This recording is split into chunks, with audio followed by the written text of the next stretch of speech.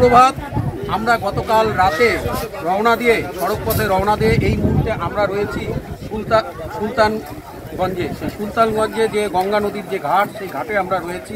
এই ঘাটে এখন আমরা স্নান সারবো এবং এই ঘাটের থেকে মা গঙ্গাকে নিয়ে আমরা সরাসরি চলে যাব দেওঘরে এবং সেই দেওঘরে গিয়ে সেই বাবার মাথায় আমরা জল ঢালবো।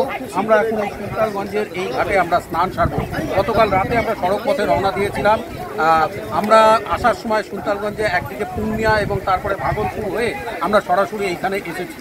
আপনারা আমাদের সাথে থাকুন। প্রতিটা মুহূর্তের প্রতিটা ছবি সরাসরি, বিশেষ করে বাবার মাথায় জল ঢালা এবং বাবাকে দর্শন আমাদের মাধ্যমে আপনাদেরকেও করাবো। আমরা টিম বোলবম, আমাদের এই টিমে মোট আমরা 5 জন রয়েছি। এই 5 জনের এই টিম আমরা রওনা দিয়েছি সরাসরি দেওঘরের উদ্দেশ্যে। গন্তব্য আমাদের সেই বাবার ধাম অর্থাৎ বৈদ্যনাথ ধাম।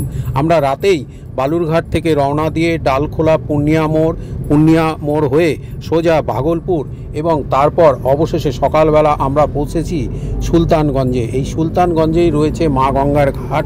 সেই ঘাটে আমরা সরাসরি পৌঁছে যাই এবং ঘাটে গিয়ে জলে নেমে আমরা স্নান সেরে তারপরে এইখানেই আমরা মা গঙ্গার পুজো সারি এবং সেই জল নিয়ে মা গঙ্গার সেই পুজো এবং সেই সঙ্গে বাবা ভোলানাথের উদ্দেশ্যে অঞ্জলি নিবেদন করে আমরা সেই জল নিয়ে আমরা তারপরে এই সুলতানগঞ্জ থেকে সরাসরি আমরা দেওঘরের উদ্দেশ্যে রওনা দিই এবং সড়ক পথে সেই দেওঘরে আমরা পৌঁছবো।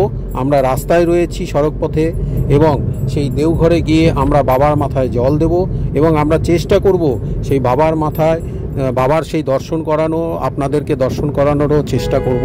আমরা আজকের এই টিম বোলবমে আমরা মোট 5 জন রয়েছি এবং সকালবেলা আমরা যথাসময়ে আমরা রীতিমতো সুলতানগঞ্জে পৌঁছে গিয়েছি। রাস্তায় কোথাও কোনোরূপ কোনো সমস্যা বা কোথাও কোনো বাধার সম্মুখীন আমাদের হতে হয়নি। খুব সুন্দরভাবে আমরা পৌঁছেছি। রাস্তায় 2-1টি জায়গায় একটু ছোটোখাটো গর্ত রয়েছে, কিন্তু তবুও বলা যায় যে যথেষ্ট ভালো রাস্তা, অর্থাৎ যে ন্যাশনাল হাইওয়ে যেটা রয়েছে সেই রাস্তা অত্যন্ত ভালো এবং সঠিক সময়ে আমরা পৌঁছে গিয়েছি। কারণ আমাদের সাথে আরও যারা রয়েছেন তাদের মধ্যে প্রত্যেকেই একাধিকবার এই বাবাধাম অর্থাৎ দেওঘরের এসেছেন, তারা বাবার মাথায় জল দিয়ে গেছেন।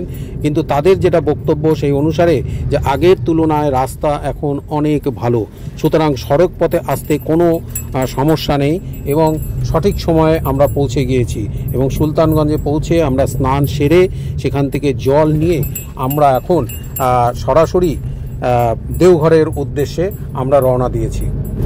আমার জীবনে এবারই প্রথম বাবাধাম দর্শন, সেই উদ্দেশ্যেই রওনা দেওয়া। আগেই বলেছি আমি যে আমার জীবনে কোনো একটি ঘটনার পরিপ্রেক্ষিতে আমার প্রতিজ্ঞা ছিল যে যতদিন না অমরনাথ দর্শন করতে পারবো ততদিন পর্যন্ত বাবার ধাম আমি যাব না।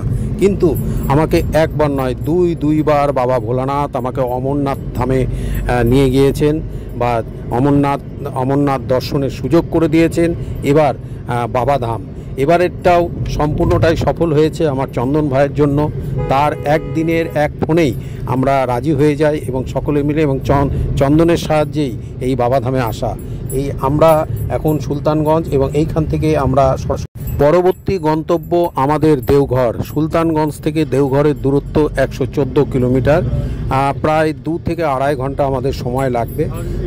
তারপরেই আমরা দেওঘরে পৌঁছে যাব। সুলতানগঞ্জ থেকে আমরা জল নিয়ে অবশেষে আমরা রওনা দিয়েছিলাম দেওঘরের উদ্দেশ্যে। সাহেবগঞ্জ বাজারকে পেছনে ফেলে আমরা যথারীতি এগিয়ে চলি দেওঘরের দিকে এবং বেলা 11টা নাগাদ আমরা পৌঁছে যাই দেওঘরে। আমি আগেই বলেছিলাম যে রাস্তা অত্যন্ত ভালো এবং কোথাও কোনোরূপ বাধা বা প্রতিবন্ধকতার সৃষ্টি হয়নি।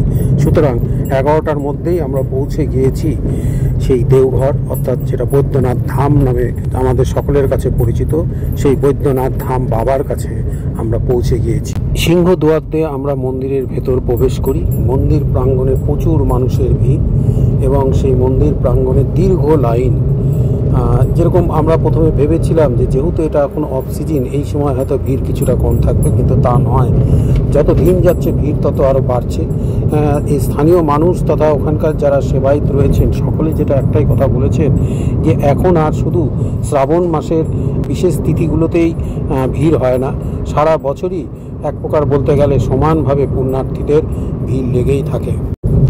দেওঘরে বাবা বৈদ্যনাথের মাথায় যথারীতি আমরা জল অর্পণ করি, কিন্তু একটাই দুঃখের খবর যে ভেতরে কোনোরূপ ছবি তোলার সুযোগ পাইনি। যদিও আমি মোবাইল নিয়েই ভেতরে ঢুকেছিলাম, কিন্তু ছবি তুলতে বাধা দেওয়া হয়। তবুও চেষ্টা করেছি, বিশেষ করে লক্ষ্মীনারায়ণ মূর্তি বা ওখানে যে মাতা পার্বতী রয়েছে সেখানেও ছবি তোলার চেষ্টা করি, এবং তারপর অন্যান্য আরও যেগুলো রয়েছে, বিশেষ করে মাতা অন্নপূর্ণা, বগলা মা বগলা, এবং আগেই বলেছিলাম যে আপনাদেরকে আমি বাড়িতে বসে দর্শন করাবো, সেই মতন আমিও চেষ্টা করেছি।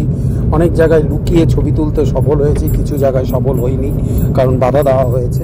তবুও চেষ্টা করেছি, লুকিয়ে হলেও হয়তো এটা আমার অপরাধ হতে পারে, কিন্তু সকলকে আমাদের সেই দেওঘরের দেবতারা যারা রয়েছেন, দেবদেবী রয়েছেন, তাদের দর্শন করাতে আমি চেষ্টা করেছি সবখানেই সেই মতো করে, এবং প্রতিটা মন্দির ঘুরে ঘুরে সেখানে জল অর্পণ করেছি, পুজো দিয়েছি আমরা, এবং বেশ ভালোভাবেই পুজো দিতে পেরেছি। এবং একটাই প্রার্থনা করেছি যেন সবাই মিলে আমরা ভালো থাকি, সকলের যেন দুঃখ দুর্দশা সব কিছু যেন বাবা বৈদ্যনাথ যেন সমাধান করে দেয়, সেই প্রার্থনায় আমরা করেছি।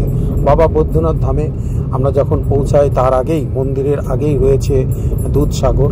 এই সেই দুধসাগর, যে দুধসাগরে সুলতানগঞ্জ থেকে জল নিয়ে এসে গোটা রাস্তা যেহেতু তাদেরকে পায়ে হেঁটে আসতে হয়, তারপরে তারা এইখানে এসে তারা স্নান সারে, এখানে এসে তাদেরকে আবার পবিত্র হতে হয় সোজা বাসুকীনাথের উদ্দেশ্যে। বাসুকীনাথ সেটাও বেশ কয়েক কিলোমিটার দূরে অবস্থিত। দেওঘর থেকে বাসুকীনাথের দূরত্ব 35 কিলোমিটার, সুতরাং বুঝতে পারছেন এখানেও যাতায়াতে কিছুটা সময় লেগে গিয়েছে। কিন্তু অবশেষে আমরা বাসুকীনাথে পৌঁছাই এবং সেখানেও সিংহদ্বার দেব মন্দিরের ভেতর আমরা প্রবেশ করি, এবং ভেতরে প্রবেশ করে এখানেও আমরা অত্যন্ত ভালোভাবে পুজো দিতে পেরেছি এবং প্রতিটা মন্দিরে পুজো দিতে পেরেছি। এখানেও প্রচুর মানুষের ভিড়, অর্থাৎ পুণ্যার্থীদের ভিড়। এই আর একটা কথা যেটা বলে রাখা দরকার, যে এবারে যেটা বাবার আশীর্বাদ, আমরা কিন্তু এই যে দেখুন সেই মন্দিরের ভেতরে বাবা বাসুকীনাথের দর্শন করুন। এবং সকলের কাছে একটাই অনুরোধ, আমার এই চ্যানেলটি সাবস্ক্রাইব করবেন এবং বেশি করে শেয়ার করবেন, যাতে অন্যরাও এই বাবা বৈদ্যনাথের দর্শন পান এবং অন্যরাও যেন বাবার আশীর্বাদ থেকে বঞ্চিত না হন। বৈদ্যনাথ ধাম ও বাসুকীনাথের দর্শনের পর এবার আমাদের পরবর্তী গন্তব্য তারাপীঠ। হ্যাঁ, সকাল থেকে এতক্ষণ আমরা বাবার পিঠে আমরা গিয়েছিলাম, বাবার দর্শন পেয়েছি। এবার মায়ের দর্শনের জন্য ম্যাসেঞ্জার হয়ে আমরা সরাসরি এবার তারাপীঠের উদ্দেশ্যে যাচ্ছি। রাতেই তারাপীঠের দর্শন সেরে রাতেই আবার সকলের কাছে অনুরোধ, আমার ভিডিওটি বেশি করে শেয়ার করবেন এবং আমার চ্যানেলটি অবশ্যই সাবস্ক্রাইব করবেন।